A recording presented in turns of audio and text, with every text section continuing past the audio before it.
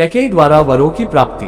उल्लासित महाराज दशरथ ने शीघ्रातिशीघ्र राजकार्यों को संपन्न किया और राम के राजतिलक का शुभ समाचार सुनाने के लिए अपनी सबसे प्रिय रानी कैकेयी के प्रासाद में पहुंचे।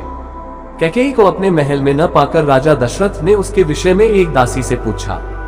दासी से ज्ञात हुआ कि रुष्ट होकर महारानी कैकेयी कोप भवन में गई है।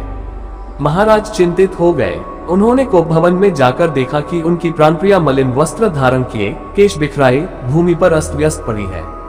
उनकी इस अवस्था को देखकर आश्चर्यचकित राजा दशरथ ने कहा, प्राणेश्वरी, मुझसे ऐसा क्या अनिष्ट हुआ है कि क्रुद्ध होकर तुम कोप भवन में आई हो?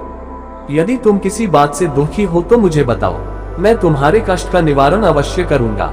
महाराज के इस प्रकार मनुहार करने पर कैकेयी बोली, प्रणनाथ, मेरी एक अभिलाषा है, किंतु यदि आप उसे पूरी करने की शपथपूर्वक प्रतिज्ञा करेंगे तभी मैं आपको अपनी अभिलाषा के विषय में बताऊंगी। महाराज दशरथ ने मुस्कुराते हुए कहा, केवल इतनी सी बात के लिए तुम कोप भवन में चली आई हो? मुझे बताओ तुम्हारी क्या इच्छा है, मैं तत्काल उसे पूरा करता हूँ। इस पर कैकेयी बोली, महाराज, पहले आप सौगंध लीजिए कि आप मेरी अभिलाषा अवश्य पूरी करेंगे। इस पर महाराजा दशरथ ने कहा, हे प्राणप्रिय, इस संसार में मुझे राम से अधिक प्रिय और कोई नहीं है। मैं राम की ही सौगंध लेकर वचन देता हूँ कि तुम्हारी जो भी मनोकामना होगी उसे मैं तत्काल पूरी करूंगा। महाराज सौगंध लेने से आश्वस्त हो जाने पर कैकेयी बोली, आपको स्मरण होगा कि देवासुर संग्राम के समय आपके मूर्छित हो जाने पर मैंने आपकी रक्षा की थी और प्रसन्न होकर आपने मुझे 2 वर देने की प्रतिज्ञा की थी। उन दोनों वरों को मैं आज मांगना चाहती हूँ। पहला वर तो मुझे यह दे कि आप राम के स्थान पर मेरे पुत्र भरत का राजतिलक करें, और दूसरा वर मैं यह मांगती हूँ कि राम को 14 वर्ष के लिए वन जाने की आज्ञा दे।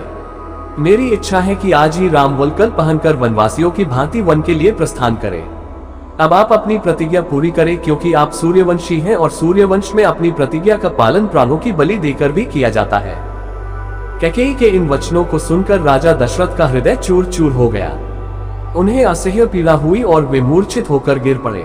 कुछ काल बाद जब उनकी मूर्छा भंग हुई तो वे क्रोध और वेदना से कांपते हुए बोले, रे कुलघातिनी, न जाने मुझसे ऐसा कौन सा अपराध हुआ है जिसका तूने इतना भयंकर प्रतिशोध लिया है।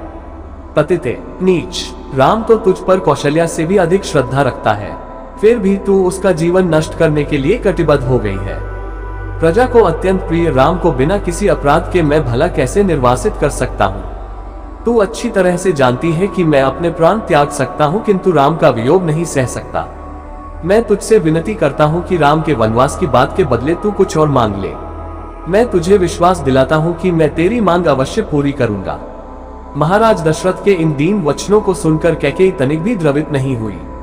वह बोली, राजन, ऐसा कहकर आप अपने वचन से हट रहे हैं, यह आपको शोभा नहीं देता। आप सूर्यवंशी हैं, अपनी प्रतिज्ञा पूरी कीजिए। प्रतिज्ञा से हटकर स्वयं को और सूर्यवंश को कलंकित मत कीजिए। आपके द्वारा अपना वचन नहीं निभाए जाने पर मैं तत्काल आपके सम्मुख ही विष पीकर अपने प्राण त्याग दूंगी। यदि ऐसा हुआ तो आप प्रतिज्ञा भंग करने के साथ ही साथ स्त्री हत्या के भी दोषी हो जाएंगे। अतः उचित यही है कि आप अपनी प्रतिज्ञा पूरी करें। राजा दशरथ बारंबार मूर्छित होते रहे और मूर्छा समाप्त होने पर कातर भाव से कैकेयी को मनाने का प्रयत्न करते रहे। इस प्रकार पूरी रात बीत गई। अंबर में उषा की लालिमा फैलने लगी, जिसे देखकर कैकेयी ने उग्र रूप धारण कर लिया और कहा, राजन, आप व्यर्थ ही समय व्यतीत कर रहे हैं। उचित यही है कि आप तत्काल राम को वन जाने की आज्ञा दीजिए और भरत के राजतिलक की घोषणा करवाइए। सूर्योदय हो जाने पर गुरु वशिष्ठ मंत्रियों के साथ राजप्रासाद के द्वार पर पहुंचे और महामंत्री सुमंत को महाराज के पास जाकर अपने आगमन की सूचना देने के लिए कहा। कैकेयी एवं दशरथ के संवाद से अनजान सुमंत ने महाराज के पास जाकर कहा, हे राजाधिराज, रात्रि का समापन हो गया है और गुरु वशिष्ठ का आगमन भी हो चुका है, अतएव आप शया त्याग कर गुरु वशिष्ठ के पास चलिए। सुमंत के इन वचनों को सुनकर महाराज दशरथ को पुनः असह्य वेदना का अनुभव हुआ तथा वे फिर से मूर्छित हो गए।